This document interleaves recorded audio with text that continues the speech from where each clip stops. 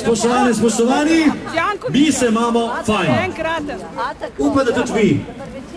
Hvala, Viktorji. Same ženske, kje ste moške pustili? No, danes jih bomo še pozdravili na našem odru. Seveda, še enkrat lep pozdrav vsem tistim, ki ste morda ravnokar prišli.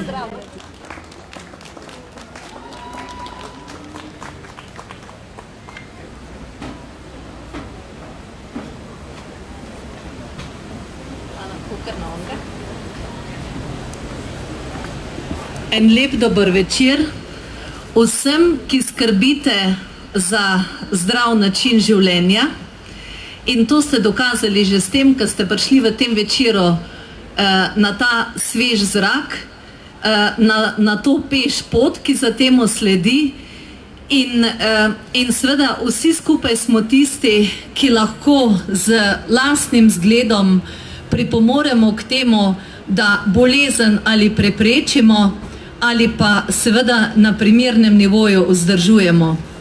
Vsak, ki živi s to boleznijo, mora biti izjemno strog sam do sebe. In biti strog do sebe pri hrani, pri pijači, pri vseh tistih stvareh, ki so sicer prijetne, pomeni eno veliko samodisciplino. Jaz imam osebno v Belih vodah, kjer je tako rekoč moje domovanje iz otroštva, poznam kmeta, ki se spopada s to boleznijo. In on pravi vsak dan, da bo delal in hodil po travnikih, kosil, skratka, s tem on kuri, pravi, tisto energijo, ki jo je potrebno pokuriti za to, da se sladkor obvladuje.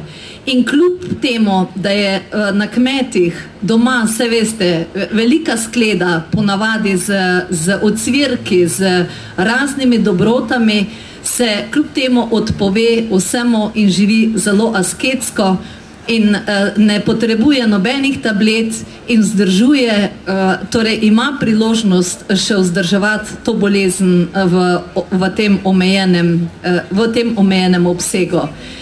Skratka, toliko je danes novih in novih bolezni, novih bremen, ki nas starejo, da je zelo pomembna ta vzpodbuda. Naučiti se moramo znati živeti s katerokoli boleznijo in ceniti vsak dan in vsako jutro, ki nam je posvečeno, vsak žarek sonca. In to, da povzroča, kaj vse so dejavniki, ki povzročajo to bolezen. Veliko jih je, mogoče pa jo lahko omilimo predvsem tudi z ljubeznijo drug do drugega, tudi z ljubeznijo in z odpuščanjem tistim, na katere se jezimo, da pravzaprav se obrnemo tudi v naša čustva, ne samo v dejanja. In jaz sem prepričana, da temu, kar moderno rečemo stres, da stres lahko rešujemo tudi na ta način, da imamo koga radi, da si upamo povedati, da imamo koga radi, ker to skoraj ni več moderno. Tako da želim vam, da s polno ljubezni, z vero v življenje, ki se ne more ustaviti, ne glede na omejitve, ki nam jih postavi bolezen, srečno in prijetno preživite ta večer kot prijatelji. Hvala. Gospa Mazej Kukovič, hvala za te lepe besede. Poznam ljudi, seveda poznam ljudi.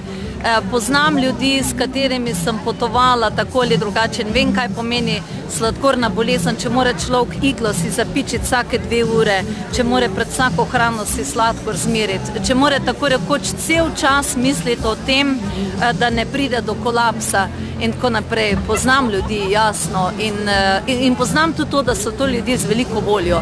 Torej, ne počutijo se bolane, ne počutijo se tako zdaj, mi pa ne moremo. Tako da tu tudi vidim, da je prednost, torej vsaj te, ki jih jaz poznam. Sicer pa ne morem govoriti, da je to statistični podatek.